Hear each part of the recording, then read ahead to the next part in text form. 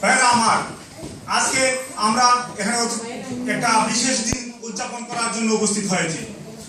1971 সালের 26 মার্চ সেই কাল রাত্রি তথা 26 মার্চ যখন পাক হানাদার বাহিনীরা বাঙালি জাতির প্রতি হায়নার মতো দাবিয়ে পড়েছিল, সেই দিন একজন অকুতোভয় সৈনিক, বীর সেনানী, বাংলাদেশের প্রথম স্থপতি শহীদ প্রেসিডেন্ট জিয়াউর রহমানের ডাকে বাঙালি জাতি ঝাঁপিয়ে পড়েছিল সেই হায়না লুটেরাদের বিরুদ্ধে। আমি আসলে আমার বক্তব্য দীর্ঘায়িত করব না, দু একটা কথা বলেই শেষ করব।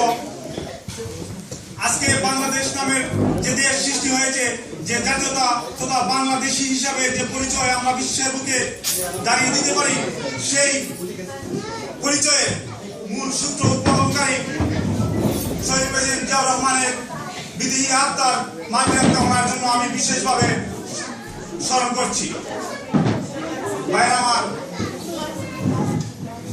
আজকে বাংলাদেশের স্বাধীনতা সেই একইভাবে ভারতীয় দালাল তথা ইন্ডিয়ার দাবেদার সরকারের হাতে ছিনিমিনি খেলা হয়ে দাঁড়িয়েছে।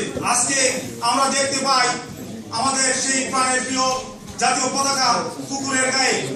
আজকে দেখতে পাই সেই ইন্ডিয়ার দালাল, ইন্ডিয়ার এজেন্ট হয়ে রাজনীতির কালো বিড়াল সুরঞ্জিত সেনগুপ্ত আজকে মুসলিমদের ফতোয়া দেয় যে বিসমিল্লাহ বলে বলির মাংস খাওয়া যায়।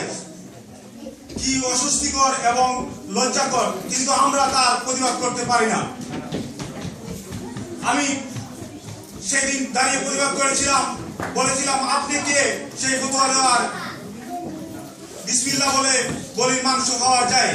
আমি বলেছিলাম আপনি তো হিন্দু না মুসলমান, কারণ প্রত্যেক ধর্মেই একটা নির্দিষ্ট জায়েজ আছে। যেমন মুসলমানরা গরু খায়, হিন্দুরা খাসি খায়, কিন্তু কালো বিড়াল কেউই খায় না।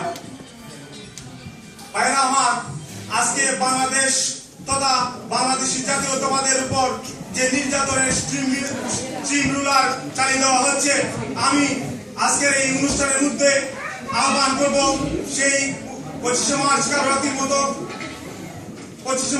রাতের মতো যে একজন অকুতোভয় সৈনিকের সুর পেয়ে বাঙালি জাতি ঝাঁপিয়ে পড়েছিল পাক হানাদার বাহিনীর মধ্যে, তেমনি ভাবে দেশ নায়ক জনক তারেক রহমানকে আহ্বান জানাচ্ছি, আপনিও সেই শহীদ জিয়ার মতো আহ্বান করেন। আমি তারেক জিয়া বলছি, দেখবেন 16 কোটি মানুষ ঝাঁপিয়ে পড়েছে ইন্ডিয়ার দাবেদার শক্তির বিরুদ্ধে।